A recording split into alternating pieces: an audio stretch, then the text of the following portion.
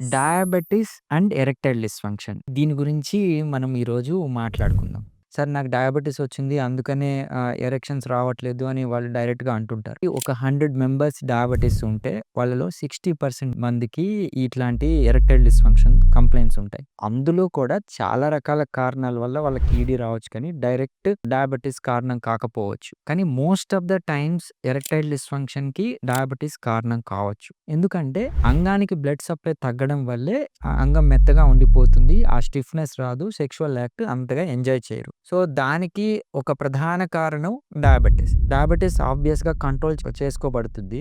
But diabetes కంట్రోల్‌లో ఉన్నా కానీ కొంతమంది ఎరెక్టైల్ డిస్‌ఫంక్షన్స్‌తో బాధపడుతూ ఉంటారు. వయాగ్రా వేసినా కానీ ఇప్పుడు సరిగ్గా రెస్పాండ్ రాకపోవచ్చు.